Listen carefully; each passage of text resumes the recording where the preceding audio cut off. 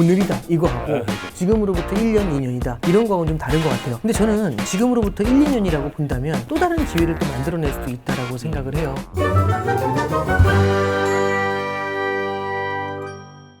물가 상승세가 뭐 좀처럼 꺾이지 않고 있습니다. 네. 이게 7월에 뭐 이미 소비자 물가 6.3% 네. 상승했고 올해 소비자 물가 상승률 전망치도 이제 앞으로 굉장히 크게 상향될 거다 이런 전망 네네네. 나오는데요. 이거 기준금리 인상으로도 물가 안정세 잡기는 어려울까요? 저도 놀란 게 6.3%도 되게 중요하지만 한은에서는 지난해 8월부터 기준금리를 인상했어요. 금리 인상이라는 약을 먹었을 때 감기에 딱 걸렸는데 감기약 먹자마자 낫진 않잖아요. 시간이 좀 걸리잖아요. 그러니까 금리 인상도 일정한 시차를 두고 파급을 해주게 되거든요. 근데 지금 벌써 그 0.5%에서 2.25까지 기준금리를 몇 차례 인상했는데도 끄떡도 안 하고 물가가 올라간다. 이게 이제 가장 큰 이슈 중에 하나가 되는 거겠죠. 근데 이제 다만 한 가지 좀 희망적으로 보는 게 오늘 아침에 이제 발표된 이제 기대 인플레이션이 살짝 고개를 숙였다는 게 1번. 두 번째는 미국에서도 마찬가지로 인플레이션이 조금 좀 고개를 숙이려는 모습을 보이고 있다는 게 2번. 세 번째는 우리나라는 물가에 영향을 주는 게 국제유가하고 환율이거든요. 근데 국제유가가 지금 조금 내려와 있습니다. 이런 것들은 분명히 훈풍으로 작용을 할 수 있어요. 다만 유가가 내려왔기 때문에 물가가 좀 안정되나 싶은데 이제 또 환율이 밀어올리고 있는 거죠. 환율이 너무 밀어올리고 있죠. 예, 이렇게 되면 지금 이제 10월달 초 정도면은 기획재정부에서도 이제 물가가 고점을 찍지 않겠냐 이렇게 이제 보고 있는데 어쩌면 요걸 조금 더 넘어갈 가능성도 열어놔야 됩니다. 요 두 가지를 봤을 때 지금은 유가 쪽은 조금 안정세인데 환율이 조금은 좀 걱정이 되는 부분입니다. 그러면 혹시 그 고물가가 이를 좀 피크아웃을 치는 시점이 대략 언제쯤으로 예상을 하세요? 예, 저는 이제 예를 들어서 미국을 기준으로 보면은 올해 4분기 정도면은 피크아웃은 하게 될 것 같아요. 문제는 지금 미국이 예를 들어서 8.5% 소비자 물가인데 얘가 이제 9.1에서 8.5로 내려왔어요. 이제부터 우리가 고민해야 될 건 뭐냐면 우리의 목표치는 연 2%까지입니다. 8.5가 2까지 내려와 줘야 되거든요.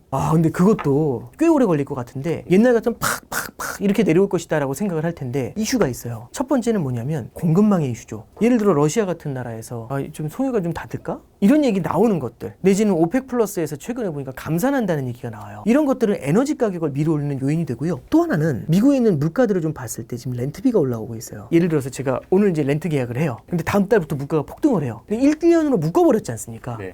올려받았어야 되는데 이렇게 되거든요. 근데 자 1년이 지났습니다. 그럼 이제 물가 오른 만큼 팍 끌어올려야겠죠. 이제 렌트비가 올라오고 있어요. 근데 렌트비나 임금이나 의료비나 얘네들의 공통점이 뭐냐면 유가는 130불 갔다가 50불 갔다 이게 왔다 갔다 하잖아요. 얘네는 그렇게 움직이진 않아요. 렌트비가 막 폭락했다 이렇게 나오진 않잖아요. 네. 그러면 이런 것들은 어떤 요인이냐면 물가가 내려오려고 하는데 전체적인 물가가 빠르게 내려올 때 렌트비나 이런 하방에 센 애들이 막 올라오게 되면 내려오는 속도가 되게 느릴 수가 있어요. 그럼 우리가 생각하는 2%의 목표를 맞출 때까지 시간이 꽤 오래 걸릴 수가 있죠. 이게 이제 저희가 좀 우려하는 부분 중에 하나가 될 겁니다. 그러니까 아까 좀 전에 말씀을 해주셨지만 유가가 최근에 안정세를 찾았다고 하지만 네. 사실 올 상반기처럼 이런 원자재 가격이 정말 널뛰기를 하는 게 정말 드문 일이잖아요. 네네. 이거 향후 전망 좀 어떻게 보세요? 일단 첫 번째는요. 공급망 사이드에서 이제 문제가 해결이 돼야 되는데 에너지 쪽에서는 지금 갈등 구조가 굉장히 좀 다양하게 나타나는 것 같아요. 바이든 행정부에서 시도를 했던 것 중에 1번이 뭐냐면 미중 관세 인하. 이게 1번이었는데 펠로시 그분이 이제 대만 방문하면서 그건 이제 완전히 제 생각에는 좀 어려워진 것 같고요. 두 번째는 오펙 플러스한테 증산을 좀 해달라고 이제 하면서 바이든이 이제 사우디를 날아갔었잖아요. 근데 사실 찔끔 증산을 했을 뿐이에요. 네. 자, 그러면 이제 세 번째는 어디서 해법을 찾았냐면 이란하고의 핵합의를 찾는 거거든요. 이란하고 핵합의가 됐을 때는 이란산 원유나 천연가스 공급이 확대가 될 수가 있습니다. 근데 문제는 뭐냐면 근데 실물 경제의 둔화 우려가 커진 상태에서 원유의 공급이 늘어나니까 오펙에서는 되려 감산을 해버리는 문제가 생기게 되는 거죠. 이렇게 되면 유가가 우리가 생각하는 것처럼 빠르게 내려오기가 쉽지가 않아요. 그럼 유가가 떨어져 주면서 물가를 갖다 억눌러 주는 효과 이런 것들이 점점 더 희석이 될 수가 있고요. 두 번째는 어떤 걸 말씀드리냐면 지금 러시아가 나름 잘 버티는 이유 중에 하나가 에너지 가격이 높아서잖아요. 그럼 에너지 가격이 낮아지면 러시아가 불리해질 수가 있겠죠. 그럼 제가 러시아 입장이면 에너지 가격을 낮추려고 할까요? 의도적으로 높이려고 할까요? 의도적으로 높이려고 하겠죠. 그럼 가스관도 닫을 수도 있겠죠. 물론 이제 언론에는 가스관을 닫는 이유가 이게 좀 정비를 해야 돼서요 라고 하는데 왜 하필이면 이때 정비하는데 이 얘기잖아요. 네. 그래서 이제 이런 것들이 저는 좀 공급 사이드에서 인위적으로 이걸 갖다가 제어하는 역할들을 하게 되면은 인플레이션이 안정되는 속도가 생각보다 오래 걸릴 수도 있겠다. 이제 이런 생각은 좀 해보게 됩니다. 이 뭐 어쨌든 미국 지금 바이든 행정부가 뭐 긴축 정책을 강력하게 한다 얘기는 예. 하지만 당장 11월에 중간 선거 선거가 있습니다. 네. 이거 국내 정치적인 이슈로 영향 받을 수 있을 것 같은데 좀 어떻게 보세요? 그러니까 일단은 중간 선거를 위해서 이번에 이제 인프라 그 법안도 좀 통과가 됐다라고 좀 다들 해석을 하는데 그 부분에 대해서는 저도 공감을 합니다. 두 번째는 인플레이션을 어떻게 해서든지 지금 좀 억제를 해놔야 되는 거고, 그다음에 세 번째는 금리 인상도 너무 세게 하면은 실물 경기가 침체로 갈 수가 있어요. 근데 다만 이 중간 선거라든지 모든 걸 좀 뛰어넘어서 미국이 고민하는 게 지금 미국의 인플레이션이 너무 높습니다. 근데 너무 높은 것도 문제지만 너무 높은 상태가 너무 오래 지속이 돼요. 그러니까 이제 기침도 막 기침을 하는데 오래 지속이 되면 그게 고질병이 될 수가 있거든요. 지금 벌써 미국의 인플레이션 얘기가 나온 게 작년도 한 5, 6월부터였거든요. 그럼 지금 벌써 한 1년 반 정도 돼가고 있죠. 이게 계속 길어지면 길어질수록 고질병의 가능성은 굉장히 높이게 됩니다. 그럼 중간 선거를 떠나서 일단은 만약 인플레이션이 좀 빠르게 꺾이는 모습이 나타나지 않으면 바이든 행정부 입장에서도 그리고 이제 연준 입장에서도 인플레이션에 대한 대응을 조금 더 무게를 두게 되지 않을까 싶습니다. 그 미국에서 뭐 인플레이션 감축 법안 통과됐는데 네네. 이거 국내 기업들한테는 좀 영향이 없을까요? 영향을 이제 우리나라 현대차 같은 경우는 받을 수 있다 이제 이런 얘기가 나오는데 저는 이제 뭐 우리나라 기업을 분석하는 사람은 아니니까요. 근데 전체적으로 이 인플레이션 감축 법안을 좀 간단히 좀 말씀을 드리면 이게 결국에는 전기차 같은 쪽을 환경을 갖다가 끌어올려줘야 된다는 얘기를 하고 있죠. 결국엔 친환경 에너지나 이런 걸 하면서 화석연료에 대한 의존도를 낮추죠. 그럼 와 이제 푸른 지구 이렇게 생각할 수도 있지만 사실 화석연료를 갖고 있는 쪽이 러시아 같은 국가들이잖아요. 그래서 이런 나라들에 대한 의존도를 많이 줄여나가는 것들. 그래서 에너지 자급자족 요게 이제 되게 큰 것 같아요. 두 번째는 공급망 자체도 전기차와 같은 혁신 기술은 국내에서 조달을 했었을 때 공급망 문제로 인해서 물가가 올라오는 건 제어할 수가 있어. 이런 얘기를 하면서 공급망 사이드에다 굉장히 많은 초점을 맞추고 있습니다. 그리고 세 번째는 지금 쓰는 돈은 한 4천억 달러 정도 쓰게 되는데 이 돈을 다 빅테크와 같은 대기업들한테 법인세를 더 많이 걷어서 조달을 하게 돼요. 그러면 이런 거죠. 돈을 풀어주면 일반적으로 인플레이션을 더 자극하게 되는데 여기서 빨아들여서 여기서 풀어주는 거거든요. 근데 빨아들이는 게 좀 더 많아요. 그러면 돈이 넘치는 데서 빨아들여가지고 이걸 갖다 돈이 필요한 대로 흘러가게 만들어주는 케이스죠. 공급 사이드에서 이게 막혀있는 것들을 좀 풀어주게 되면서 중장기적으로는 인플레이션을 제어하는 효과들 이런 게 있는 겁니다. 이렇게 해서 이제 인플레이션을 제어하는 좋은 법안인 건 맞는 것 같은데 이런 것들이 이제 예상했던 것과는 달리 우리나라도 이제 무심코 던진 돌에 맞는 그런 케이스가 돼서 저도 그 부분은 좀 안타까운 것 같습니다. 근데 이게 대표적인 회사로 지금 현대차가 뽑히는데 이런 회사들에 가는 영향이 좀 장기적으로 계속될까요? 그러니까 저도 이 부분까지는 제가 개별 종목 분석하는 건 아니라서 잘은 모르겠습니다만 어느 정도는 미국에서도요 프렌드 쇼어링이라고 하죠. 예전에는 우리나라보다 임금이 싼 데는 어디나 갈 수 있다 해서 오프쇼어링이라는 표현을 썼고 그 다음에 이제 아니다 이게 불안하니까 다시 우리나라로 가져와야 돼요. 리쇼어링이라는 맛을 썼거든요. 근데 우리나라로 가져오다 보니까 임금이 너무 비싸요. 그러면 나하고 친한 나라 중에서 임금이 싼 데다 넣는 게 이제 프렌드 쇼어링이 되는 건데 이 프렌드 쇼어링의 대상으로 이제 우리가 다시 검토가 될 가능성들은 있는데요. 아직까지 그걸 뭐 예단해서 말씀드리기는 쉽진 않은 것 같습니다. 방금 전에 프렌드 쇼어링도 말씀을 해주셨는데 최근에 뭐 또 그 치보 동맹을 갖고도 얘기가 많았잖아요. 어디까지 구속력을 갖냐에 따라서 너무나 차이가 크겠지만 사실 한국 경제에 엄청나게 큰 충격으로 불러올 수도 있을 것 같은데 부장님 어떻게 보세요?